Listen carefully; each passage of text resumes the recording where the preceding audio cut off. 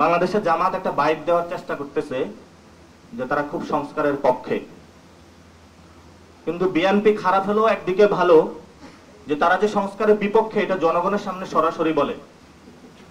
আর জামায়াত হলো এমন যে মনে ওরা সংস্কারের বিপক্ষে, মুখে তারা বলে সংস্কারের পক্ষে। আমরা এখনো সুপারিশমালার কোনো সমাধান করতে পারি নাই, প্রস্তাব আমরা একে নাকি দুয়ে যাবে সেই বিষয়ে সমাধান করতে পারি নাই, আদেশের বিষয়ে কোনো সমাধান করতে পারি নাই। তারা নতুন করে মার্কেটে নিয়ে এসেছে গণভোট। গণভোট হবে, গণভোট হলে তো জামাত যে পার্লামেন্টে 300 সিট পেয়ে যাবে সেটা তো আর বাংলাদেশে হচ্ছে না। আমরা আগেও বলেছি গণভোটে যদি হ্যাঁ জয় যুক্ত হয় এটা তো বাংলাদেশের জনগণের জয় যুক্ত হবে, এটা তো জামায়াত ইসলামের জয় হবে না। এজন্য আমরা জামায়াত ইসলামের কাছে আহ্বান রাখবো, ভণ্ডামি বাদ দেন। আপনারা ভণ্ডামি বাদ দেন। ভণ্ডামি বাদ দিয়ে অন্তরে কি আছে একটু খুলে বলেন।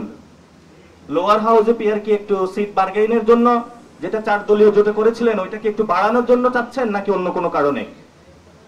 গণভোটের প্রশ্ন বা তারিখটা আগে চাচ্ছেন এটা কি কিছু সিট বাড়ানোর জন্য নাকি অন্য কোনো কারণে? যদি রাজপথে নামতে হয় যৌক্তিক দাবি নিয়ে নামেন।